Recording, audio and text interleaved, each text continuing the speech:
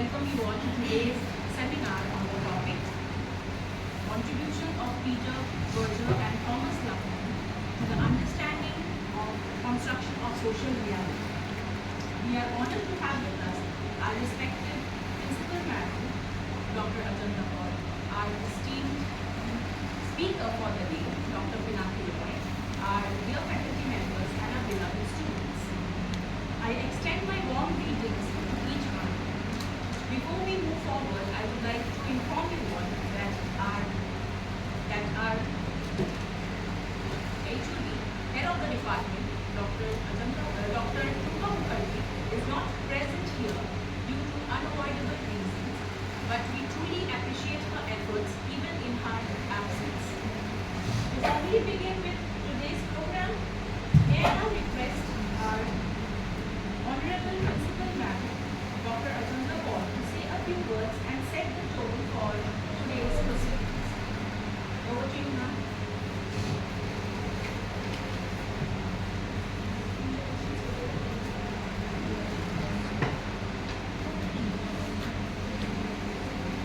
As you are pleased, it is my pleasure to work at the start of this program, the special lecture in the Department of the Economy. I add to our great pleasure and extend a very warm and hearty welcome to Dr. Pinaki Roy, who is our speaker this afternoon. He is an assistant professor in sociology in Government General Degree College, Mangalore, Pune. And he will be speaking on, as we have already heard, contribution of Peter Berger and Thomas Luckman to our understanding of the construction of social reality. I'm sure his lecture will go a long way in enriching our students and faculty members and particularly get theoretical knowledge of this particular area in their subject. So I welcome the faculty members of the department and also our graduate students of the department. And I really hope that I know it is going to promise to be a brilliant lecture, and I'm sure all of you are going to be considerably enriched by it. And I also thank our speaker, Dr. Roy, for taking his valuable time off and sharing his insights on the subject with us and our students. And I really hope that such vibrant programs can in the future as well. So with that, I come to the end of my brief address. Best of luck, everyone. Thank you.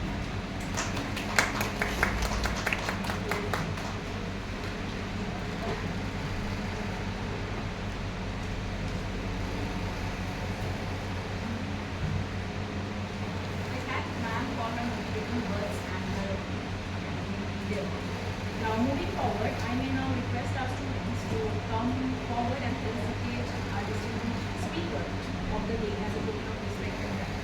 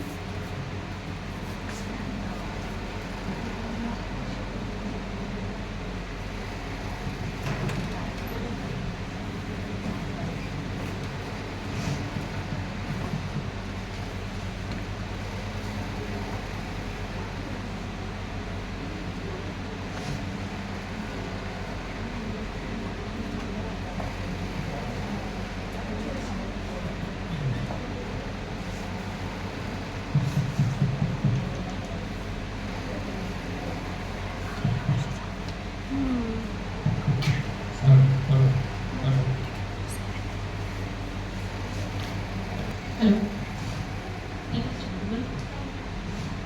Now let me take the honor of introducing our esteemed speaker for the day to all of you. Dr. Pinaki Roy is an assistant professor in sociology, Government General Degree College, Mangalore, Purvo Bardhaman. He has obtained his bachelor's degree in sociology from erstwhile Presidency College, followed by a master's degree in the same discipline from Jawaharlal Nehru University, New Delhi. After completing his MPhil in Social Sciences from Center of Studies in Social Sciences, Calcutta, he has completed PhD from Jadavpur University. His research area is broadly sociology of body, modern biomedicine and biomedical technology. And he has worked on in vitro fertilization, IVF and organ transplantation for his MPhil and PhD degrees respectively. He is interested in sociological and social theory, social research, philosophical issues in social research, research methods and techniques, and critical pedagogy. We are truly privileged to have you with us, sir. Now, I warmly invite Dr. Pinaki Roy to go ahead with today's session.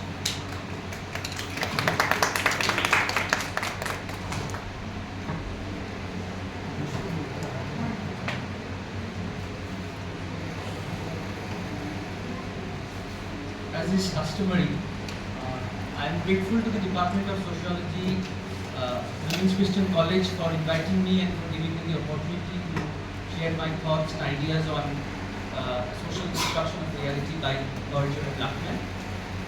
I would like to extend my gratitude and my thanks to the principal, Dr. Rajendra Paul, for once again inviting me, for giving me the opportunity, and also the Department of Sociology, Tumba ma'am, she was my teacher, and Shati, a very good friend, and I also met Amri. So thanks to you also for introducing me. As promised, I will be bilingual so that I'm able to communicate well and you're also able to understand. আমি একটু বসে তাহলে এখানে বলবো না। So if you have any query, any problem, please feel free to stop me in breaks. Easy to do that.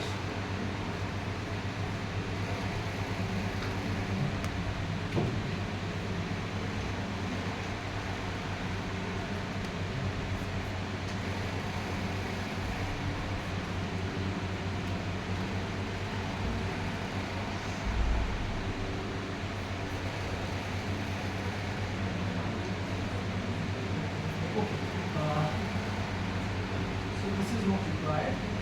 You already know. Now, this is a part of your CC13 syllabus, that is of semester 6. So I did a bit of research because I am in a college which is affiliated to Bardhaman University. So the pattern is slightly different. Not completely different, slightly different. But we do not have Peter Berger and Thomas Lachman as part of the undergraduate curriculum. So I would say that this is indeed a great opportunity for you. I mean, the syllabus has provided you a great opportunity that as undergraduate, graduate students, you are getting to know about Berger and Lachman. Okay, and it's also part of the NET syllabus, I guess. So it's in your sociological thinkers too. Now, as you see that in the syllabus, you have thinkers like Talcott Parsons, who belongs to the functionalist school, and then you have Levi-Strauss, who belongs to the structuralist school. Now, we know that there is a difference between structural functionalism and structuralism. They belong to different intellectual orientations. Okay. And then you have Mead and Goffman, which is once again symbolic interactionism and all that. And then you have Berger and Lachman. Berger and Lachman is in some sense connected to the, I would say, the microsociological school in some sense, but not fully.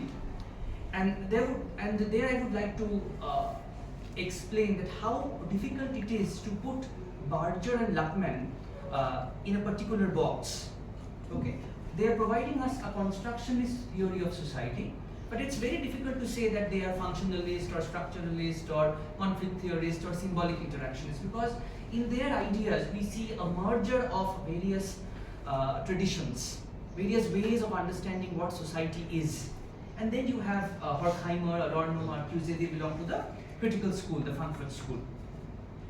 Now the interesting thing about the book, that is Berger and Lachman's The Social Construction of Reality, is that in 1998, 1999, the International Sociological Association, it conducted a survey, okay, and it wanted votes from the people regarding the best 50 books, sociology books of the 20th century.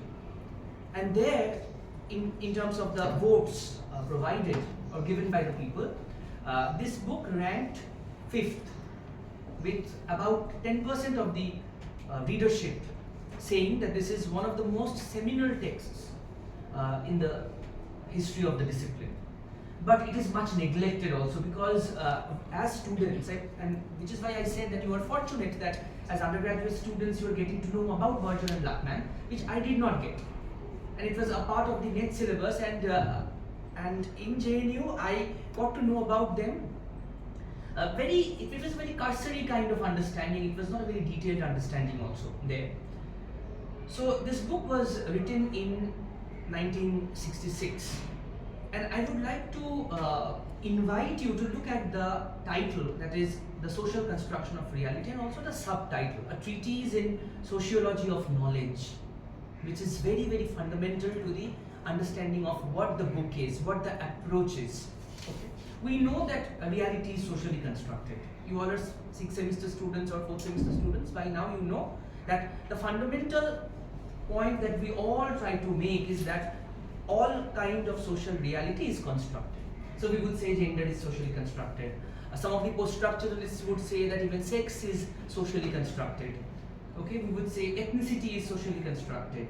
We would say anything and everything under the sun is socially constructed.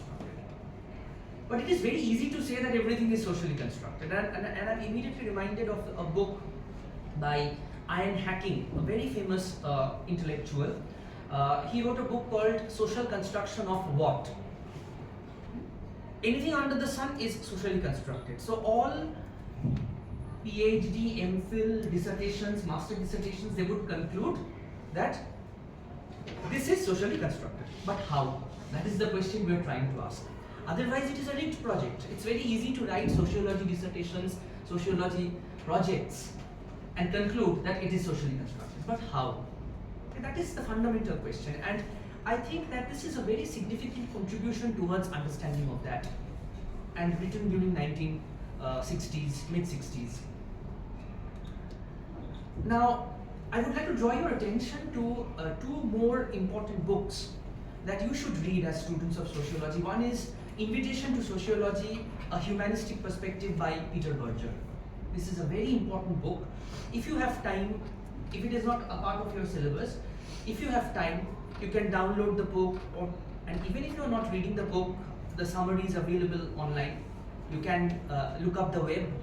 This book is by Peter Berger, and he says very interesting things about what are the substantive concerns of the discipline. মানে এই ডিসিপ্লিনের substantive কনসার্নগুলো কি, সমাজতত্ত্ব কি দেখতে চায়, কি বুঝতে চায়, খুব ক্লিয়ারলি কিন্তু পিটার বার্জার বলে দিচ্ছেন। এবং I know about the idea of debunking. এই ডিবাঙ্কিং এর ধারণাটা কিন্তু পিটার বার্জারের এই ইনভিটেশন টু সোশিওলজি বইতেই আছে, where he talks about the 4 motives of sociological consciousness. সমাজতাত্ত্বিক সচেতনতা এবং তার যে বৈশিষ্ট্যগুলি কি, what are the features of sociological consciousness. Sociological consciousness is very different from social consciousness. So as member of society, we know a lot of things. Okay, we know that she is my friend, you are my students, I am your teacher, or I am a guest teacher, she is your teacher. These are the notions that we have. This is social consciousness. But then as sociologists, we need to develop a perspective that is very different from the sociological, the everyday social understanding or the social consciousness. Because a sociological understanding is a critical understanding.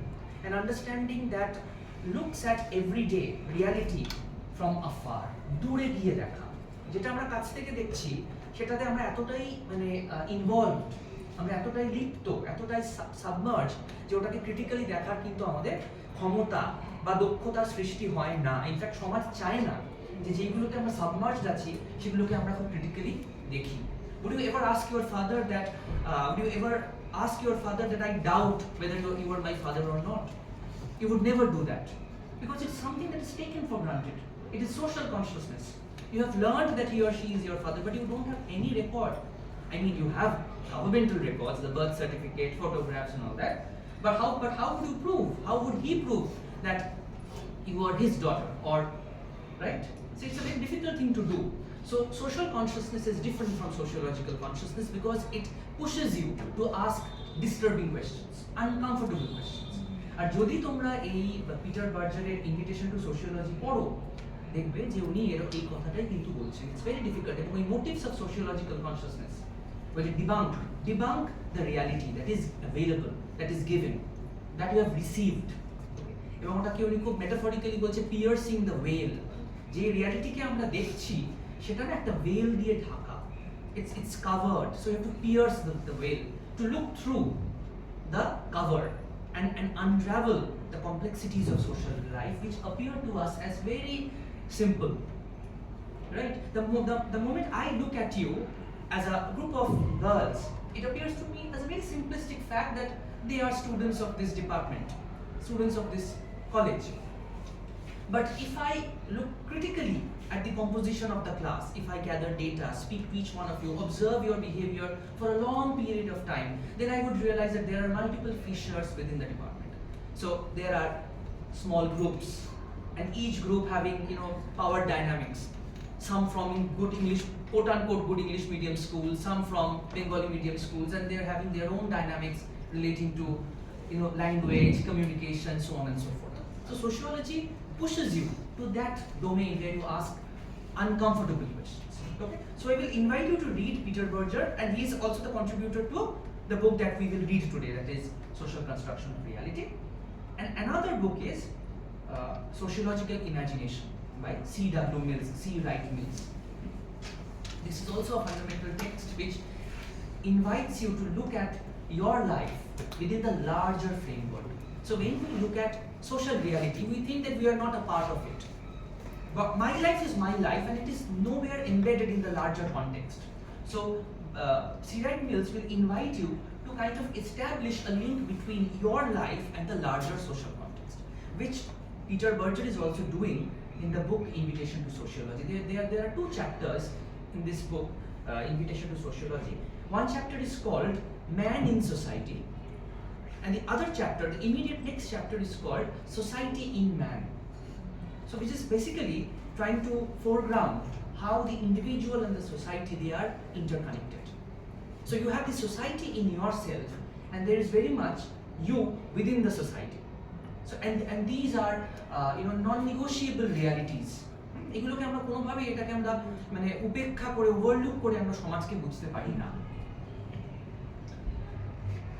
Another book that is by Nisbet, Robert Nisbet, 1976, Sociology as an Art Form, খুব important.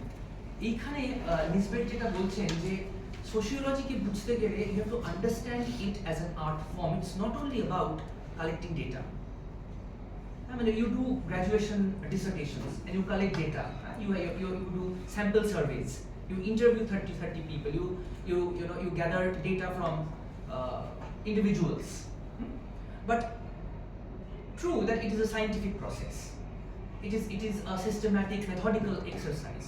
But then fundamental to it is the idea that it is after all an art. You are trying to understand people who are like you. So there is a deep humanistic aspect to it. তোমরা দেখো Invitation to Sociology লাল করা আছে, তার যে সাবটাইটেলটা humanistic perspective. So the human aspect is not to be forgotten because you are doing sociology. কারণ আমরা sociology করছি বলে আমরা ভাবছি যে সমাজ আছে, the human aspect is to be removed. We have to look at the whole. But what is the whole without the human? Right? How can we think of the human without the whole, or how can we think of the whole without the human? So there is no society without human, no human without society. So for understanding this interaction, we need to develop sociology as an art. I'm reminded of this very to impish একটা argument Peter Berger বলছে যে when you looking at society and looking at our everyday reality is like খুবই মানে disturbing কথা একটা. He said it's as disturbing as peeping into the toilet of a person. খুব disturbing বিষয়টা. You are peeping into the toilet of a person, মানে the toilet is the most intimate space And when you are doing sociology, you are doing such a disturbing, এটা কিন্তু metaphorically বলছে, সত্যি সত্যি বলছে না, লিটারালি বলছে না, কিন্তু metaphorically বলছে যে you are doing a task which is as disturbing as peeping into the toilet. And দেখো ওখানে আবার একটা ইনসিনুয়েশনও রাখছে যে peeping into the toilet of a woman, কতটা ডিসপ্যারেজিং বিষয়টা। উনি হি ইজ নট মানে যাকে আমরা বাংলায় বলি লং বক, সেই ধরনের মানুষ নন, কিন্তু উনি বলছেন যে হাউ ডিফিকাল্ট ইট ইজ। কারণ যারা আমরা সোশিওলজি পড়ি, we are educated upper middle class family people, we come from educated households, and we would not do that because it's something that is unrespectable. We don't do it. কিন্তু উনি বলছেন তুমি এরকম করতে পারো, মানে what does that mean? You are breaking the boundaries of respectability to understand society. তো সমাজকে বুঝতে গেলে ওই রেসপেক্টেবল কোয়ার্টার্স এর মধ্যে থাকলে কিন্তু হবে না। মানে I immediately reminded of Sathi's work, she has worked on transgenders. This is the unrespectable domain, and we don't respect them, we are scared of them. মানে পাড়ায় যে দেখবে তোমাদের এই কলেজের গলি যেরকম, এসব জায়গায় যদি ট্রান্সজেন্ডার্স আসে, it will immediately disturb the stability of the neighborhood. Immediately. So as middle class people, we are really scared of them because they disturb the flow of our everyday life. But she has worked on it, and she knows how difficult it is to work with them. It's not about working about them, it's working with them. When you are looking at the marginal sections of society, you are working with them, not working on them. On bolle kintu from above, you are looking from above. Working with them mane you are trying to put yourself in their world as much as they are putting themselves in your world. Then only interaction will flow. In man in society, society in man. Okay? একটু বেশি বলছি কিন্তু, হ্যাঁ আচ্ছা, এবার আমি চলে যাই টু বার্জার অ্যান্ড লাকম্যান। তোমরা উইকিপিডিয়াতে পেয়ে যাবে, আমি উইকিপিডিয়া থেকে এই ইনফরমেশনটা নিয়েছি। এবার বিষয়টা হলো Berger and Luckmann, very interesting backgrounds they have. Common দেখো এখানেও একটা মজার বিষয়, আমি জানতাম না যে আজকে সাথী আমার বললো বলে যে তুমি এটা পড়াতে পারো, সোশ্যাল কনস্ট্রাকশন অফ রিয়ালিটি। বার্জারকে আমি খুব ভালো করে জানতাম, but Luckmann I had very little idea who is Luckmann. এইবার আমি স্টাডি করে দেখলাম যে এই দুজনেই কিন্তু Austrian origin, located in America. কারণ অনেকেই অস্ট্রিয়া থেকে ওই সময় মানে সেকেন্ড ওয়ার্ল্ড ওয়ারের সময় দে ফ্লেড টু ইউনাইটেড স্টেটস, কারণ ইউনাইটেড স্টেটস অনেক বেশি একটা ওপেন একাডেমিক কালচার প্রোভাইড করেছে compare to the rest of the world. কারণ ওখানে জিউইশ পিপলের এক্সটারমিনেশন হচ্ছে, যারা লেফটিস্ট তাদের এক্সটারমিনেশন হচ্ছে ইউরোপ থেকে, so they went to United States. Interestingly এরা দুজনেই অস্ট্রিয়ান ব্যাকগ্রাউন্ড। এখানে মজার বিষয়টা কি যে দেখো, who collaborate with each other, same ethnicity, হ্যাঁ, কমন এথনিসিটি থেকেও কিন্তু কোলাবোরেশন তৈরি হয়। এটাও কিন্তু একটা সোশিওলজিক্যাল ইনসাইট। হঠাৎ করে দুজন কমপ্লিটলি ডিফারেন্ট ব্যাকগ্রাউন্ড এর লোক কিন্তু কোলাবোরেট করে না to write a book. So not only their mental plane matches, but there is also a match of what would say, but I would say the cultural aspects. উনিও Austrian background, উনিও Austrian background. এবং আরেকটা মজার ব্যাপার যে professionally Berger জীবনের শেষের দিকে উনি পড়াতেন the New School of Social রিসার্চে, আর সেখানে কিন্তু লাকম্যানও রিসার্চ করতে গেছিলেন। তো সেখানেও কিন্তু একটা একাডেমিক কামারাড্রি তৈরি হয়। আচ্ছা, একজনের কথা আমি একটু বলে রাখি, ইনি হলেন অ্যালফ্রেড শুটস। আমরা যখন different theoretical or philosophical orientations to research পড়ি, হ্যাঁ, সেখানে আমরা ফান্ডামেন্টালি যেটা দিয়ে শুরু করি সেটা হলো পজিটিভিজম। এবং সেখানে we know that who is the father of positivism. We start with Auguste Comte, and then before that we had Saint-Simon, how he inspired and influenced Auguste Comte, and then you have the Durkheimian tradition and all that. Positivism is one of the most dominant epistemological modes of understanding reality. সমাজকে বোঝার বা জ্ঞানতাত্ত্বিক প্রেক্ষিত থেকে সমাজকে বোঝার সবথেকে dominant modes এর মধ্যে হলো পজিটিভিজম। এই যে তোমরা যখন কোয়েশ্চেনিয়ার তৈরি করে কিছু ফিক্সড রেসপন্স ক্যাটাগরিজ দিয়ে তোমরা ডেটা কালেক্ট করো, yes, no, agree, disagree, or strongly agree, strongly agree, neutral, disagree, strongly disagree, বিভিন্ন স্কেলস ইউজ করো, nominal, ordinal, ratio and all that. তখন কিন্তু you are falling back upon the quantitative tradition of positivism. Positivism যেটা বলছে that we can make sense of reality through the scientific method, scientific tools, and especially the natural science method. Now in opposition to this, এবার একটা জিনিস বলে রাখি, এই positivism is typically of sociological origin. পজিটিভিজমের ধারণাটা এসেছেই কিন্তু সমাজতত্ত্ব থেকে, কারণ Auguste Comte, the father of sociology, he is the pioneer.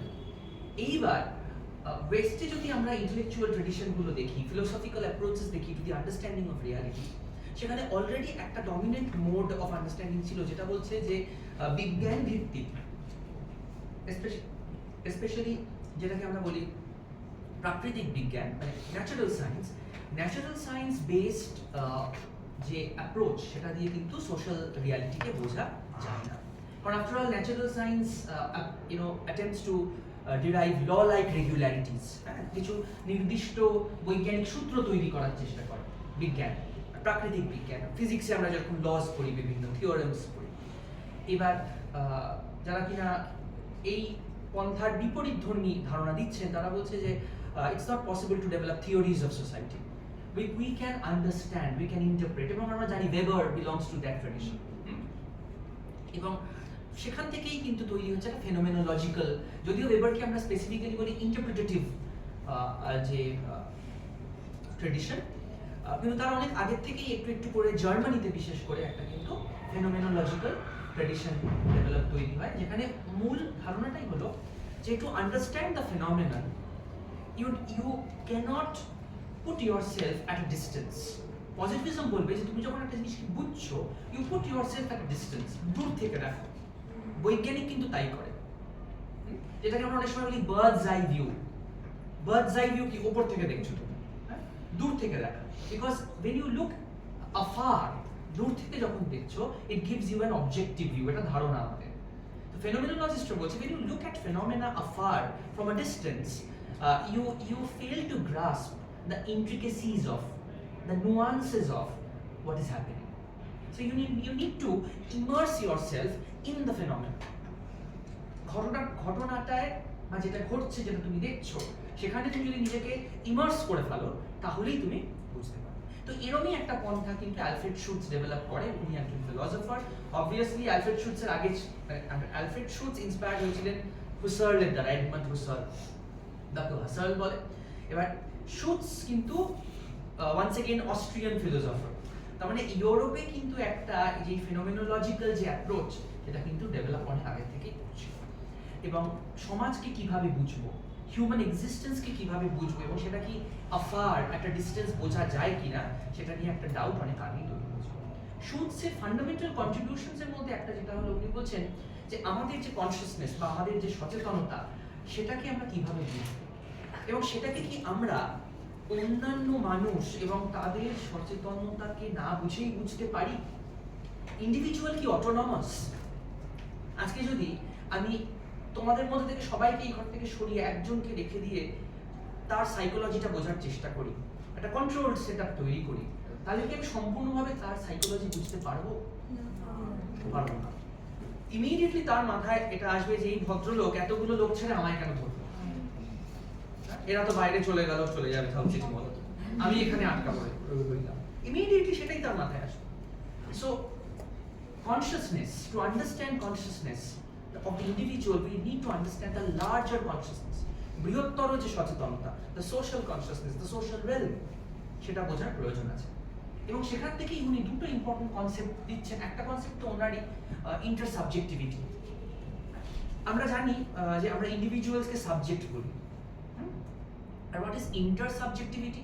ইন্টারসাবজেক্টিভিটি is the shared domain. Shared. আজকে দেখো, ইন্টারসাবজেক্টিভিটির একটা উদাহরণ দিতে পারি, যে তোমরা জানো তোমাদের একটা স্পেশাল লেকচার হচ্ছে, তোমরা তাই আজকে এখানে বসে আছো। যদি এই আমাদের মধ্যে আর তোমাদের মধ্যে, মানে আমাদের মধ্যে আমি আর টিচার্সদের কথা বলছি আর স্টুডেন্টসের কথা বলছি, যদি ওই ইন্টারসাবজেক্টিভ একটা এগ্রিমেন্ট বা বোঝাপড়ার জায়গা না থাকতো, হয়তো এমন হতো ওখানে একজন ওইখানে ওই বক্সের কাছে গিয়ে দাঁড়িয়ে লুকিয়ে লুকিয়ে ফোনে কথা বলতো, কেউ হয়তো এই রুম থেকে যখন ইচ্ছে বেরিয়ে চলে যেত। Why there is so much peace? Why we all are at ease with each other? because there is an intersubjective agreement. আপনি পড়াচ্ছেন, আমরা শুনছি। We are learners and you are the provider of knowledge. এই agreement, এটা একটা subtle agreement. This is not a written agreement. It's a subtle agreement. এবং দেখবে সমাজের বিভিন্ন ক্ষেত্রে এই ধরনের এগ্রিমেন্ট কিন্তু আমাদের আছে। This is not only the case of the special lecture, any regular lecture that is happening in your college. কেউ তোমরা you don't disturb unless you have some severe problem. যে খুব হয়তো something is irritating you, you are unwell. তখনই তুমি হয়তো দাঁড়িয়ে বলছো ম্যাডাম আমি এই ক্লাসটা করবো না, আমি চলে যেতে চাই। I'll miss my train if you don't leave me right now. Otherwise we don't do it. একটা ইন্টারসাবজেক্টিভ জায়গা কিন্তু আমাদের মধ্যে আছে। ইন্টারসাবজেক্টিভ মানেটা তার মানেটা কি? ইন্টারসাবজেক্টিভ মানে the shared space, something that we share. এবং দেখবে most of the social experiences are intersubjective. We share it, which is why it is happening so seamlessly. যেই জায়গাগুলো আমরা শেয়ার করি না সেখানেই দেখবে কিন্তু সিমলেস ভাবে জিনিসগুলো ঘটে না। তাহলে ইন্টারসাবজেক্টিভিটির কথা বলছে, আবার লাইফ ওয়ার্ল্ডের কথা বলছে। লাইফ ওয়ার্ল্ড মানে আমাদের যে জগৎ, the world that is surrounding us, সেটাও কিন্তু একটা ইন্টারসাবজেক্টিভ স্পেস। তবে এটাও মাথায় রাখতে হবে যে our caste, our community, our religion, এগুলো কিন্তু আমাদের ইন্টারসাবজেক্টিভিটি, আমাদের যে লাইফ ওয়ার্ল্ড, এগুলোকে বিভিন্নভাবে শেপ করে। যার ফলে the life that we actually live is an amalgamation of overlapping life worlds. তাই তো? মানে ধরো আমি যদি একজন খুব মানে আর্ডেন্ট ফলোয়ার অফ হিন্দুইজম হই, তাহলে the fact that I observe Hinduism সেটাকে আমি কিন্তু পার্সোনালাইজ করতে পারি। সেটা আমি আমার ব্যক্তিগত জীবনে রাখলাম, I put it in my everyday personal life, but in my professional domain I don't do it. তাহলে সবাই যদি এটা করতে থাকে তাহলে it becomes difficult for the professional space to function or run properly. তাহলে একটা ওভারল্যাপ থাকছে, আবার ওই ওভারল্যাপের মধ্যে আমরা কি করছি? we negotiate. Okay, we negotiate। বিভিন্নভাবে কিন্তু এই নেগোসিয়েশনগুলো হয়। তাহলে ফান্ডামেন্টাল জায়গা যেটা উনি বলছেন যে there is a dialectical relationship, একটা দ্বান্দ্বিক সম্পর্ক আছে between what? Between how society shapes us and how we shape society. একটা ডায়ালেকটিক্যাল রিলেশনশিপ। এবং কেন এটা ইম্পর্টেন্ট, কেন আমি শুটসকে এখানে আনলাম? কারণ Berger and Luckmann they heavily fall back upon the ideas of Alfred Schutz. উনি একটা আইডিয়া দিচ্ছেন আমাদের টিপিফিকেশন। এই টিপিফিকেশন ধারণাটা বারে বারে কিন্তু এই বার্জন অ্যান্ড লাকম্যানের অরিজিনাল বইটা যদি তোমরা পড়ো, আমি অরিজিনাল বইয়ের লিঙ্কটা দিয়েছি তোমাদের ম্যাডামকে, উনি শেয়ার করবেন, যদি দেখো ওটা তোমরা দেখবে টিপিফিকেশন শব্দটা কিন্তু বারে বারে আসছে। আর টিপিফিকেশন কথাটা যদি আমরা প্রতিনিয়ত ব্যবহার নাও করি, আমরা টিপিক্যাল শব্দটা কিন্তু ব্যবহার করি। এবং এই টিপিক্যাল আর টিপিফিকেশন খুব কিন্তু পার্থক্য নেই। টিপিফিকেশন মানে হলো দ্য মোমেন্ট, সাপোজ আমি একটা এভরিডে এক্সাম্পল দিই, the moment I enter the room, তোমরা ইমিডিয়েটলি জানো যে he is the person who will teach us for the next say 1 hour or 1.5 hours. So you have some idea of the type of the teacher. Teacher কিরকম সেই টাইপটা কিন্তু তোমাদের মাথায় আছে। So you imagine the teacher in a certain way. এবং তোমরা নিজেদের জীবনকে দিয়ে ভাবো, তোমরা you typify everything that is around. আমরা বন্ধু বলতে একটা পার্টিকুলার টাইপ বুঝি। আমরা কেন বিট্রেড ফিল করি যদি কোনো বন্ধু সেই বন্ধুত্বের নর্মসগুলোকে অবজার্ভ না করে? তার মানে he or she is not conforming to the type that we have as society constructed. তখনই আমরা বলি এ বন্ধু হওয়ার যোগ্য না, একদম ভুল বুঝেছি, আমার বন্ধু হওয়ার কোনো কোয়ালিটি এর মধ্যে নেই, because the person has failed, quote unquote failed, to conform to the type that we have constructed of the idea of the friend, the idea of the teacher. Okay? মজার বিষয়টা হলো আমরা টিপিফিকেশন, ক্যাটেগরাইজেশন কনস্ট্যান্টলি করে যাচ্ছি সমাজে, কিন্তু সবসময় যে আমাদের এই টিপিফিকেশনগুলো সাস্টেইন করছে তা কিন্তু নয়। That makes social life so interesting. All teachers are not same, all friends are not same, which is why there is so much of diversity in society, right? এখান থেকেই কিন্তু we are going to ওই যে ডোমেইনটা আমি বলেছিলাম যে আমরা অনেক সময় বইয়ের টাইটেলগুলো পড়ি but we overlook the subtitle. We bother not to look at the subtitle seriously. ওনার মানে আমাদের পিটার বার্জার আর লাকম্যানের বইয়ের যে subtitle A Treatise in Sociology of Knowledge, এই যে সাবটাইটেল, এই ইন্সপিরেশনটা আসছে কোথা থেকে? আর ইন্সপিরেশনটা কিন্তু সেই চলে যাচ্ছে to the time of Alfred suits. কারণ শুটসও চেয়েছিলেন to understand society from the point of view of knowledge. What counts as knowledge? এই যে আমি তোমাদের বললাম যে কাকে আমি বন্ধু হিসেবে ভাবছি আর কাকে আমি বন্ধু হিসেবে ভাবছি না, কাকে সমাজ বন্ধু হিসেবে কোট আনকোট টিপিফাই করছে, all of these ideas are based on knowledge. The knowledge we have of ourselves, the knowledge we have of others, the knowledge we have of our institutions, our communities, our society at large. এবং আমরা অনেক ক্ষেত্রেই ভাবি যে এই নলেজগুলো যেন they have dropped from heaven. No, they have not dropped from heaven. They have been created over time. Okay. আমরা মানে তোমরা তো এই অনলাইন যুগের ছেলে মেয়ে মানে মেয়েরা, আমরা যখন স্টুডেন্টস ছিলাম এই অনলাইনটা অতটা প্রচলিত কিন্তু হয়নি। তখন এই অর্কুট বলে একটা সোশ্যাল নেটওয়ার্কিং সাইট এসছে, অর্কুট। তুমি জানো অর্কুটের ব্যাপারে? তুমি শুনেছো হয়তো, এরা এই জেনারেশনটা মনে হয় জানে না। তুমি শুনেছো? তো অর্কুট কিন্তু ওই প্রথম তখন আমি 2005-06 সালের কথা বলছি, ওই সময় অর্কুট আসে। এবং আমার কাছে তখন notion of friendship was friendship as in something that is face to face. কিন্তু ওই সময় থেকে because of the internet turn in society, the massification of ICT, information and communication technology, একটা ধারণা তৈরি হচ্ছিল যে friendship is not always face to face. Friendship could be online. And the online platform provides you a new conception of friendship where you interact with people whom you have never met. And through the Orkut, many of my friends at that time, they would be picking up friends, girlfriends, boyfriends, and they would have relationships. Because the society was at that point was rapidly changing. And for many of us, that was very discomforting. এই আবার কি অচেনা লোকের সাথে কেন কথা বলছে, কেন কথা বলবো? আমাদের বাড়ির লোকেরা they would not approve of that. But in some way, people, they were developing knowledge about what friendship is. They were rethinking what friendship is, creating new knowledge about friendship. So this is constantly happening and it has a social background. আজকে যদি এই ICT revolution যদি না আসতো, internet যদি লোকের বাড়িতে বাড়িতে না পৌঁছতো, মোবাইল ইন্টারনেট যদি আমরা না পেতাম, এইগুলো কিন্তু কিছু হতো না। Right? Now we are all connected beings via internet. So our knowledge has also fundamentally changed about society. আচ্ছা, তাহলে একটু begin with বইয়ের যে আমি একটা বইয়ের রাফ সামারি দিচ্ছি, পুরোটা অতটা তো আর ধরে ধরে বলা সম্ভব না, তোমরা বোরও হয়ে যাবে। So I'll keep on putting my reflections on everyday life and commonsensical knowledge and all that.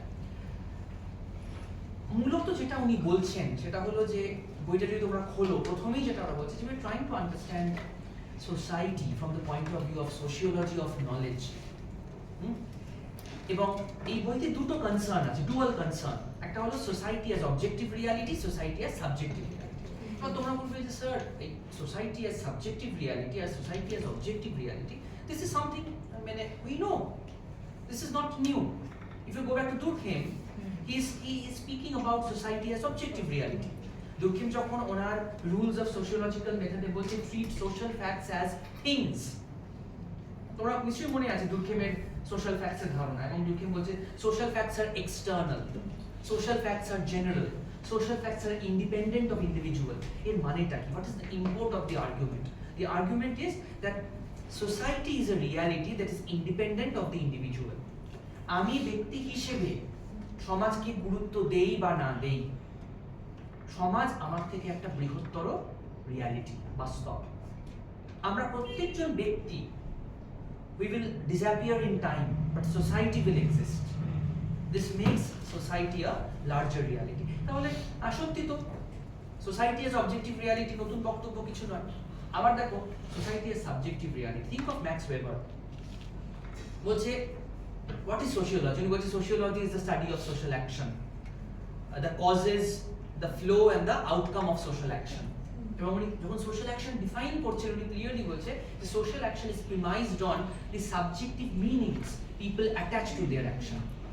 আমি একটা ব্যক্তি হিসেবে আমি যখন একটি ক্রিয়া সম্পাদন করছি, আমি একটা মিনিং, একটা অর্থ ইমপিউট করছি টু মাই অ্যাকশন। আমার এখন আমি এখানে পড়াতে এসেছি আজকে, আমার কাছে এই কাজটা অর্থপূর্ণ, I enjoy teaching, which is why I am here.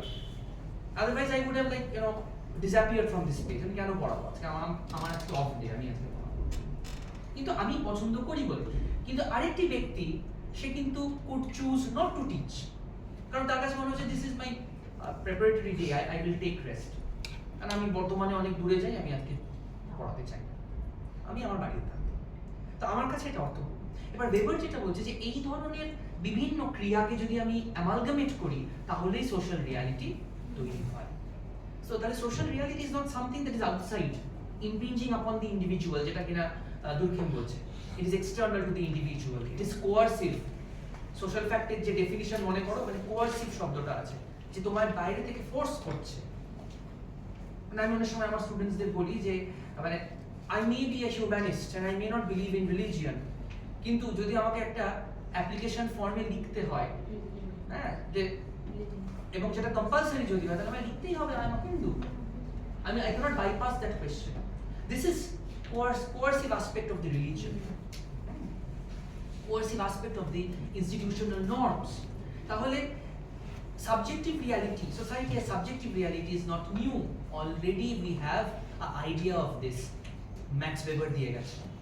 Interesting যে বিষয়টা সেটা হলো যে উনি বলছেন যে আমরা এই দুটো বিষয়কে, society as objective reality and society as subjective reality, এটাকে নলেজের পয়েন্ট অফ ভিউ থেকে দেখব।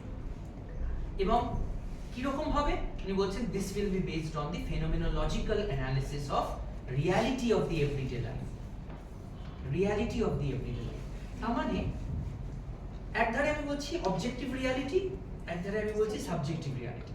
তো রিয়ালিটি দু রকমের হতে পারে, একটা হলো যে reality from the point of view of the individual, আর একটা reality from the point of view of the larger society. এবং সেখানে উনি কি বলছেন, what is important, knowledge, knowledge of the reality. একটা রিয়ালিটি এমনি ফাংশন করতে পারে না, cannot thrive, cannot survive unless people have knowledge of it. After all, we as individuals, we are helping the reality to function, to survive. তাই তো? আজকে যদি আমরা ডিসাইড করি এই ক্লাসরুম থেকে এক্ষুনি বেরিয়ে চলে যাব সবাই মিলে, তাহলে এই রুমের রিয়ালিটিটা will immediately change. এবং এই রুমে এই মুহূর্তে we have a stability because we have a knowledge of what a special lecture means. How do you behave in front of a guest teacher? So we have a knowledge of it. I have a knowledge of how to teach students, which is why there is a common space. তাই উনি যেটা বলতে চাইছেন সেটা হলো phenomenological understanding. ঘটনাকে খুব closely বুঝতে হবে, সামনাসামনি গিয়ে বুঝতে হবে, এবং আমাদের অবজেক্ট অফ অ্যানালিসিস কি হবে, the reality of everyday life. এবং উনি বলেই দিচ্ছেন রিয়ালিটি ইজ সোশ্যালি কনস্ট্রাক্টেড, আমরাই এই রিয়ালিটি বা বাস্তবকে তৈরি করেছি। কিন্তু কিভাবে বুঝবো, সেটা হলো sociology of knowledge. Sociology of knowledge কি? Sociology of knowledge is an approach which motivates us, which inspires us to look at the processes through which reality is constructed.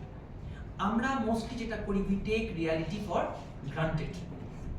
Reality যেরকম ভাবে আমার কাছে, যেটা আমি বলছিলাম, we don't ask our parents to prove whether they are rightfully our parents or not, which means we take certain realities for granted. When you take a sociology of knowledge approach to reality, you begin to look at the processes through which reality is constructed. So you don't take reality for granted. You look at the process through which reality is produced. হ্যাঁ অবশ্যই যে কেউ বেরোতে পারে, কোনো সমস্যা নেই।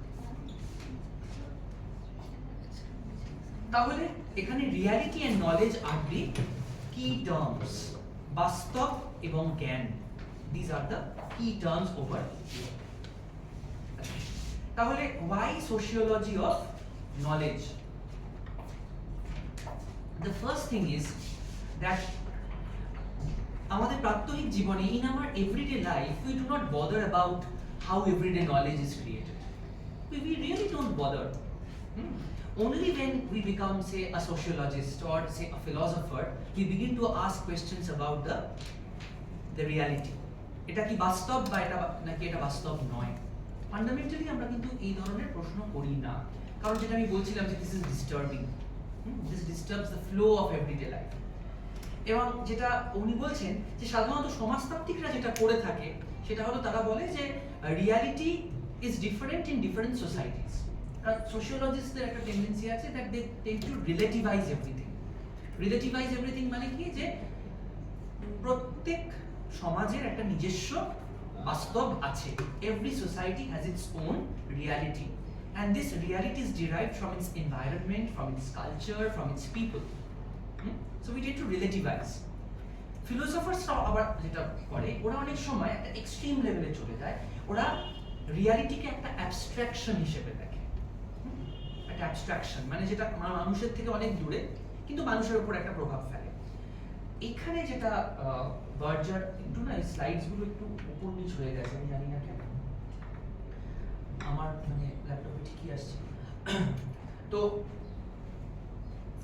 উনি যেটা বলছেন যে সাধারণত সোশিওলজিস্টরা যেটা করে, যে তারা হয়তো বলে দিচ্ছে যে প্রত্যেক সমাজের একটা নিজস্ব বাস্তব আছে। আমেরিকান সোসাইটি, যেমন উনি নিজেই একটা এক্সাম্পল দিচ্ছেন যে what is real to a Tibetan monk is not real to an American businessman. তো আমি ধরে নিচ্ছি যে টিবেটে একটা মঙ্কের পয়েন্ট অফ ভিউ থেকে যেটা বাস্তব, সেটা একটা আমেরিকান বিজনেসম্যানের পয়েন্ট অফ ভিউ থেকে বাস্তব নয়। যার জন্য দেখবে যদি হঠাৎ করে একজন আমেরিকান বিজনেসম্যান একজন টিবেটে গিয়ে মঙ্ক হয়ে যায়, আমরা অবাক হয়ে যাই। That becomes a very special case for us, তাই না? That becomes a very special case for us. তার কারণ হলো আমরা মনে করি এগুলো completely different realities, socially, temporally, social, psychologically একদম they are far apart from each other. এগুলো কোনোভাবেই এক জায়গায় আসতে পারে না, কারণ সোশিওলজি হ্যাজ দিস টেন্ডেন্সি যে Indian reality is different from American reality, which is not wrong. But দেন যেটা বার্জার আর লাকম্যান বলছে যে এটা কিন্তু আমরা সবসময় আবার এটাকে জেনারেলাইজ করতে পারি না। আবার ফিলোসফার্সরা যেটা করে থাকে, উনি বলছেন যে সবসময় আমরা সবকিছুকে খুব অ্যাবস্ট্রাক্ট হিসেবে দেখি। অ্যাবস্ট্রাক্ট মানে আমাদের দৈনন্দিন বা প্রাত্যহিক জীবন থেকে সরিয়ে দেখি, সেটাও ভুল। তাহলে আমরা কি করতে পারি? আমরা যেটা করতে পারি সেটা হলো we need to concern ourselves with knowledge, এবং সেই নলেজ শুধু নলেজের এম্পিরিক্যাল ভ্যারাইটি নয়, মানে বিভিন্ন সমাজে বিভিন্ন ধরনের জ্ঞানের উৎপত্তি হবে, সেটা স্বাভাবিক। সেই মানে ডাইভার্সিটি অফ নলেজ নিয়ে শুধু আমরা কনসার্ন নয়, but rather we are also looking at বিভিন্ন জায়গায়, বিভিন্ন সমাজে, বিভিন্ন সময় কিভাবে বিভিন্ন প্রক্রিয়ার মধ্যে দিয়ে নলেজ তৈরি হচ্ছে এবং সেই নলেজগুলো বাস্তব হিসেবে এস্টাবলিশড হচ্ছে। How they are being established as reality for us. এবং এই সোশ্যাল কনস্ট্রাকশন অফ রিয়ালিটি কিন্তু এইটাই, ঠিক আছে, যে রিয়ালিটি কিভাবে একটা তৈরি হচ্ছে এবং সেটাকে বোঝার জন্য the methodology is sociology of knowledge. We are looking at how knowledge becomes crystallised through processes. এবং এই যে সোশিওলজি অফ নলেজ, এই ধারণাটা কিন্তু প্রথম দেন জার্মান ফিলোসফার ম্যাক্স শেলার। এবার এই যে বিষয়টা যে হিউম্যান থট এবং সোসাইটি, কিভাবে সোসাইটি হিউম্যান থটকে ক্রিয়েট করে, কিভাবে সোশ্যাল কনটেক্সট হিউম্যান থটকে ডিটারমিন করে, এটা কিন্তু খুব একটা নতুন বিষয় নয়। এমন নয় যে 1966-এ বার্জার এন্ড লাকম্যান এসেই আমাদের প্রথম বললেন যে নলেজ ইজ সোশ্যালি ক্রিয়েটেড। এটা জার্মানিতে এই নিয়ে ডিবেট দীর্ঘদিন ধরে চলছিল। ম্যাক্স শেলার, আমি তো বলেই দিলাম, 1920s-এ এই এক্সপ্রেশনটাকে puts in it in circulation. German স্কলারশিপে আমরা জানি কার্ল মার্কস, উনি অনেক আগেই কিন্তু উনি সোশিওলজি অফ নলেজের একটা আইডিয়া কিন্তু উনি দিয়ে গেছেন, যখন উনি বলছেন যে all ruling ideas are ruling class ideas. এর মানেটা কি? Ideas are of course they are part of knowledge system, আমাদের যে আইডিয়াগুলো থাকে। এবং উনি যখন বলছেন যে all ruling ideas are ruling class ideas, মানে যারা কিনা রুল করছে, যেই শ্রেণী রুল করছে তাদের আইডিয়াগুলোই রুলিং আইডিয়া, তার মানে উনি বলে দিচ্ছে যে our knowledge system is directly connected to the class system, and the class system is the economic system. এবং ইকোনমিক সিস্টেমের মধ্যে যদি বৈষম্য থাকে, তাহলে সেটা কিন্তু আমাদের আইডিয়াসের মধ্যেও রিফ্লেক্টেড হবে। তার মানে অনেক আগেই এই ধারণা চলছে, শেলারের আগে অবশ্যই। মানে কার্ল মার্কস তো তার আগেই, Karl Marx 1888 Karl Marx is dead.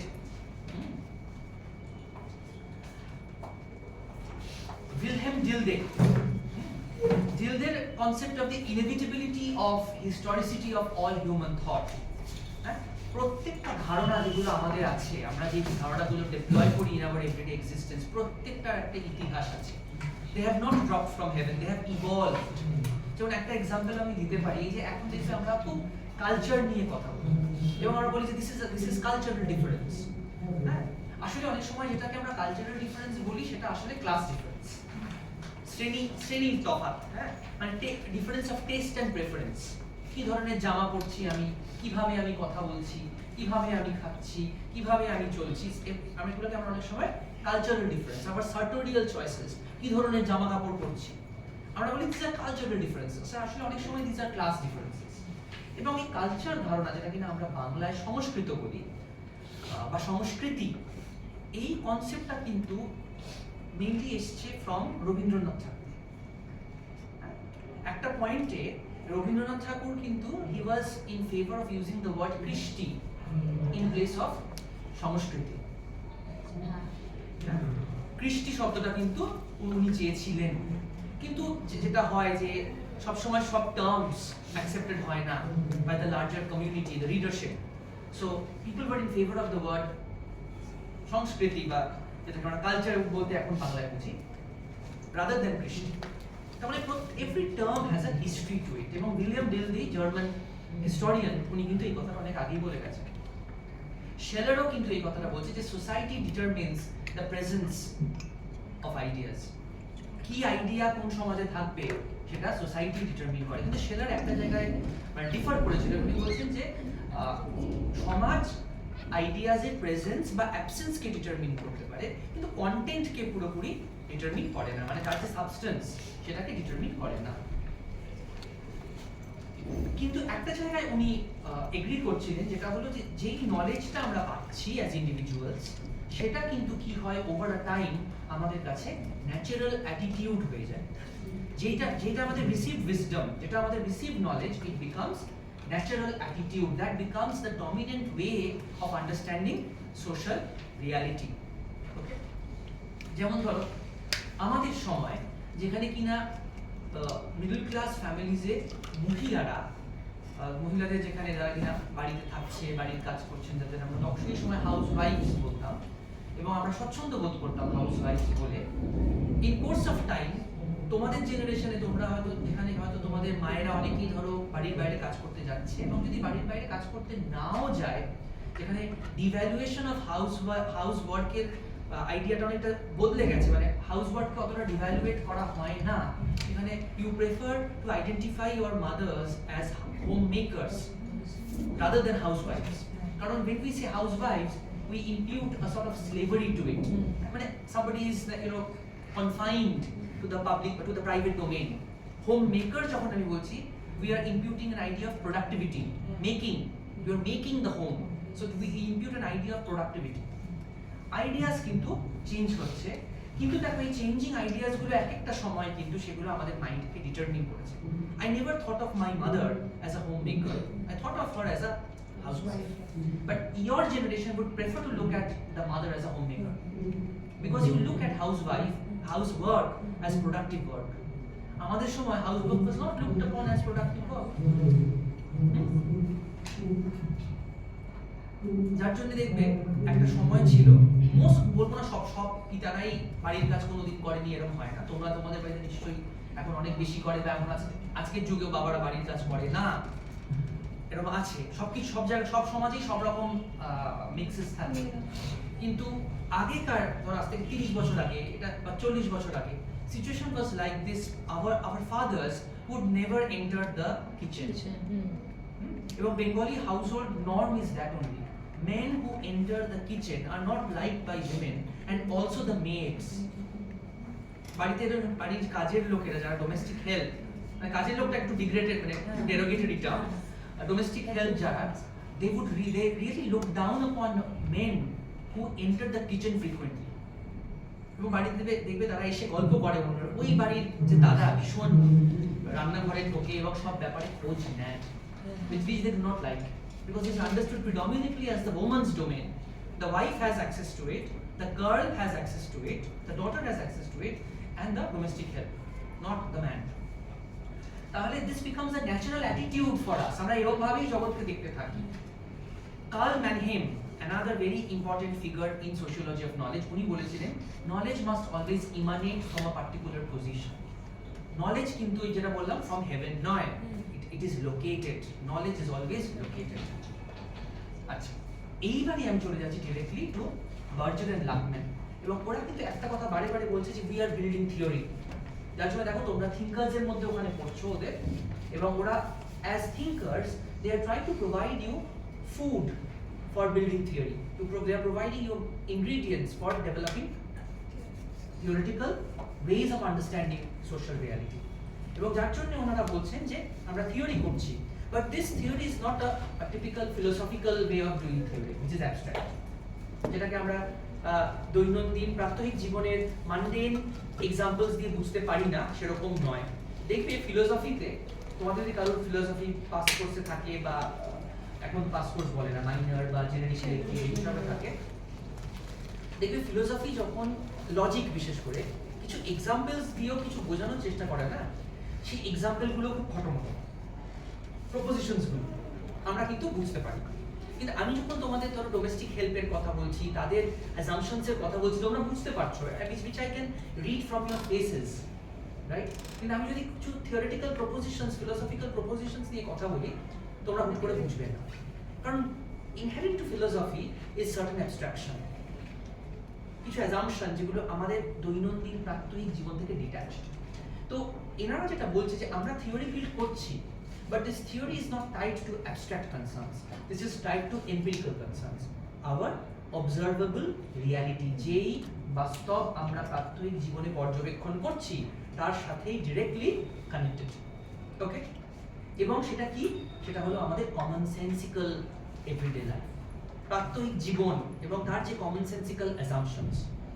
এবং আমার মনে হয় এই জন্যই এই বইটা আমাদের সবার দেখা উচিত, বা it should have a very significant place in the curriculum, because তোমরা যখন একদম প্রথম সোশিওলজি পড়ো, দেখবে একটা অংশ থাকে sociology and other social sciences, এবং তারও আগে আমরা পড়ি সোশিওলজি অ্যান্ড কমন সেন্স, কারণ sociology has established its identity vis a vis common sense. Sociology নিজেকে দাঁড় করিয়েছে এটা বলেই যে সোশিওলজি কমন সেন্স থেকে পৃথক, ইটস ডিফারেন্ট, ইটস আলাদা, যেটাকে আমরা বলি আমাদের প্রাত্যহিক ভাষায়, ইটস ডিফারেন্ট। এবার মজার ব্যাপার যেটা হচ্ছে যে সোশিওলজি সবসময় নিজেকে, আমি একটু দাঁড়াই না, অনেকক্ষণ বসে বসে পারি না, তো সোশিওলজি সবসময় নিজেকে এমনভাবে এস্টাবলিশ করেছে যে it's task is to understand the common sense from a different perspective, একটা অন্য পার্সপেক্টিভ থেকে দেখতে হবে। কিন্তু এটা করতে গিয়ে যেটা হয়েছে যে কমন সেন্সকে বোঝাটাই একটা অন্য ধরনের হয়ে গেছে। আমরা কমন সেন্সকে কমন সেন্সের মতো করে কিন্তু বুঝি না। এইখানে কিন্তু সেটাই বলা হচ্ছে, you have to understand your everyday life as everyday life. Don't make it a very difficult thing. Don't make it a very complicated thing. You have multiple, I would say, vibrant issues fluttering around your everyday existence. একটা বাগানের মতো, so vibrant, colorful.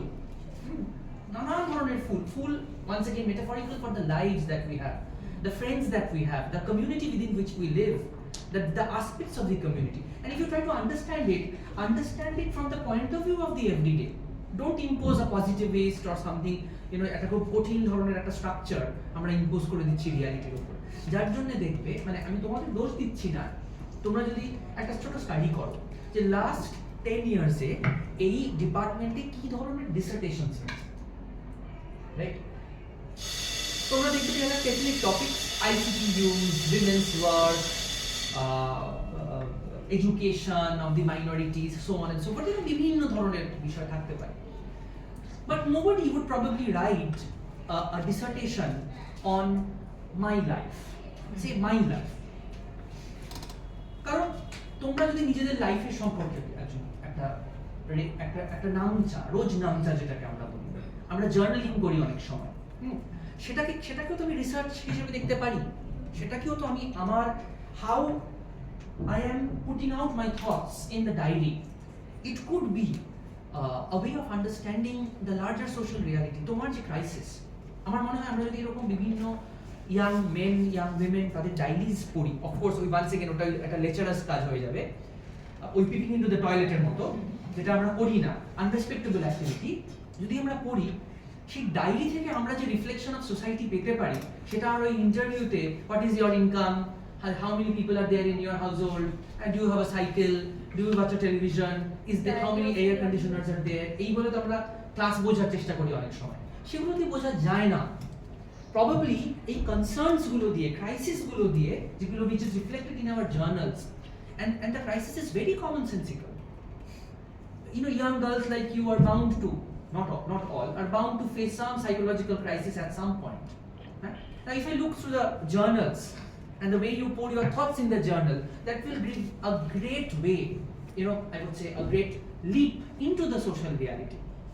But we rarely do it. এবং সেটা সম্ভব না, কারণ আমাদের academic structure demands that we behave in a certain way, but I mean behave academically in a certain way. আমি যখন আমার MPhil thesis লিখছিলাম, so I realized at a point যে my thesis is full of I, and I was at a point I was in a very discomforting position.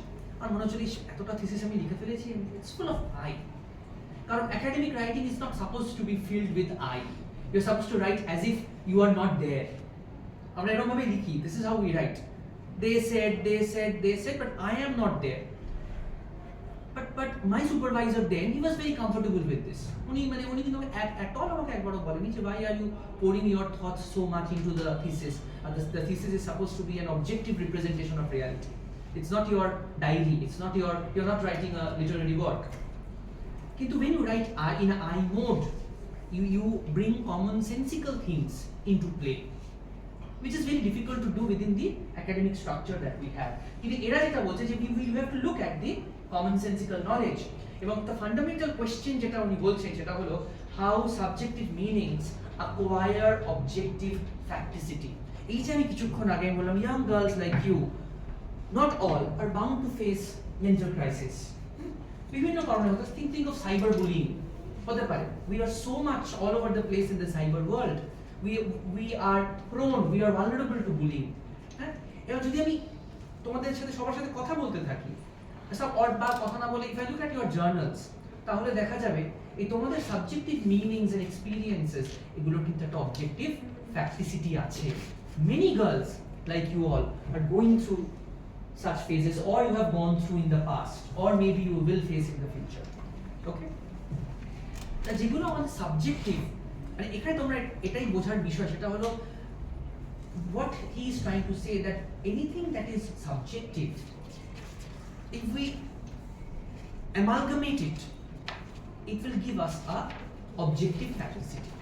Larger world, larger domain, সেটা কিন্তু একটা existence আছে, independent of the individual. আমরা সবাই part of that reality, কিন্তু it has an independent existence of us. So এবার এখানে যেটা মানে মজার জায়গাটা যেটা আসছে, উনি বলছেন the purpose is not to engage in philosophy but cannot completely bypass the philosophical problem. এই যে প্রশ্নটা করছে যে how our subjective meanings have objective facticity, বলছে আমরা খুব বেশি ফিলোসফাইজ করতে চাই না দার্শনিকের মতো, কিন্তু আবার এই প্রশ্নের মধ্যেই কিন্তু একটা দার্শনিক জায়গা আছে, যেটাকে আমরা পুরোপুরি বাইপাস করতে পারবো না। তো বেসিক্যালি যেটা উনি বলতে চাইছেন সেটা হলো যে আমাদের যে সাবজেক্টিভ প্রসেসেস গুলো আছে, they all tend to become, not all subjective processes, but the majority of the subjective processes that we go through, they tend to become objective over time. আজকে দেখো, মানে যতদিন ইন্টারনেট ছিল না, we did not have concepts like cyberbullying. Just because the cyber world, the cyberspace became so sprawling and rapidly expanding, bringing all of us in a common plane where there are predators, good people, old men, young men, women, people who know how to use technology, people who don't know how to use technology, সব এক জায়গায় চলে এসছে। সেখানে কিন্তু ওই subjective meanings have given birth to an objective fact. এখন now we are talking about cyberbullying. আজকের দিনে দাঁড়িয়ে we talk about a lot of things যেগুলো আমরা আগে বলতাম না, and all of these things have been historically produced. certain social and historical conditions have produced them, which is why we are all now part of it. So যার জন্য উনি বলছেন যে everyday life is a paramount reality. যদি আমরা আমাদের দৈনন্দিন জীবন দেখি, things like how we function in the cyber space, এটা একটা এক্সাম্পল, তাহলে আমরা বুঝতে পারবো যে everyday reality is a paramount reality where the tension of consciousness is massive. কারণ এই এভরিডে লাইফেই কিন্তু ম্যাসিভ যে আমাদের যে টেনশন অফ কনসিয়াসনেস, মানে একটি ব্যক্তির সাথে আরেকটি ব্যক্তির বা একটি ব্যক্তির সাথে বৃহত্তর সমাজের যে কনসিয়াসনেসের যে দ্বন্দ্ব, ইট কামস টু প্লে। আর cyber space is the best example. Anything happening around, এই যে ধরো মানে আমাদের পেহেলগামে কিছুদিন আগে যেটা হলো, and then you have this image of the young woman sitting completely helpless with the husband, the newlywed husband, dead, এবং সেটা অনেকেরই কিন্তু প্রোফাইল পিকচার হয়ে যাচ্ছিল এই মুহূর্তে, হ্যাঁ, কারণ that became in a sense the metonymy for the thing that happened, the worst crime against humanity that happened. সবাই ওটাকে কিন্তু আপলোড করতে শুরু করছে। কিন্তু কি ভেবে করছে? What are the meanings people are imputing to it? What would this picture or photograph mean to a young woman who is newly married? Would that have the same meaning for a mother whose son is probably working in the BSF? Right? Same meanings কিন্তু হবে না। কিন্তু দেখো different meanings হওয়ার সত্ত্বেও ওই ছবিটা একটা অবজেক্টিভ ফ্যাক্টিসিটি সবাই দেখছে। So there are different ways people are interpreting it. এবং অনেকে লিখছে যে মর্মান্তিক, বেদনাদায়ক, হেন তেন। ট্রু। আমার ওই ছবিটা দেখে আমার personal interpretation is, you look at the woman, is it a state of mourning? Mourning বলতে আমরা যেটা বুঝি ঠিক সেরকম নয়। এখানে একটা সেন্স অফ আনইন্টেলিজিবিলিটি, বুঝেই উঠতে পারছে না যে ওর সাথে এক্স্যাক্টলি হয়েছে। এবং ওই মেয়েটির ভিডিও কিন্তু আছে যেখানে মেয়েটি বলছে যে मेरे हस्बैंड को मार दिया, पहले पूछा whether he is a Hindu or a Muslim, whatever it is, लेकिन उनको मार दिया। এবং the way she is saying, she is not wailing, একটা সেন্স অফ আনইন্টেলিজিবিলিটি, বুঝেই উঠতে পারছে না, নলেজ হিসেবে প্রসেসই করতে পারছে না। তার কারণ she was there as a tourist, she did not know this would happen, and for a long time this was not happening in Kashmir. The landscape of Kashmir has changed for the last 10 years. Article 370 removed হয়েছে, tourist অনেক বেড়েছে, লোকের যাতায়াত বাড়া মানে ব্যবসা হওয়া, মানুষের জীবনে পরিবর্তন আসা। The total landscape was changing. And think of how Kashmir would change after this event. Business would collapse. Local people will suffer. It is very true that many Kashmiris today, they are out in the streets. They are trying to say that they are trying to put to the world that we are not terrorists. Why are they doing it? Because they need to survive. একটা economy যেটা তৈরি হয়েছিল based on tourism, last 10 ইয়ার্সে প্রচুর লোক, মানে আমি হলাম ওই এজ যেখানে আমার মনে আছে আমার যখন 4 বছর বয়স, আই স দিস মুভি, মানে খুবই কম বয়স, সেটা 4 বছর বয়সে আই স রোজা, তোমরা মণিরত্নমের খুব বিখ্যাত সিনেমা। এবং ওখানে না the dreary scenes of this man who is Arvind Swamy was the hero, and the terrorist leader was Shahid Kapoor's father. The terrorist leader, Ki Kapoor, bhule gechi, Pankaj Kapoor. The image of Pankaj Kapoor would remain etched in my mind as the most horrible person for a long period of time. And the dress. We imagine দেখো মানে এরকম ভাবে the idea of terrorism, the idea of fear, the idea of terror becomes a part of our everyday understanding through movies, through and a movie টা কি? movie টা একটা cultural text, but that is a part of the knowledge system. আমরা ওরকম ভাবেই ভাবতে শুরু করি। কিন্তু ধরো লাস্ট 10 years 15 years অনেক বদলাচ্ছে সিচুয়েশন। কাশ্মীর became লোকেরা যাচ্ছে, সাউথ যারা মারা গেছে তাদের মধ্যে প্রচুর সাউথ ইন্ডিয়ানসও ছিল। সাউথ ইন্ডিয়ানসরাও যারা কিনা প্রধানত মানে গরম জায়গায় থাকে, তারাও কাশ্মীরের ঠান্ডা বেয়ার করার মতো তাদের সাইকোলজিক্যালি তারা নিজেদের প্রিপেয়ার করছে এবং তারা ঘুরতে যাচ্ছে কাশ্মীরে। কিন্তু একটা এরকম ঘটনা। the fundamental thing that I'm trying to make is, the point that I'm trying to make is that everyday reality is paramount reality.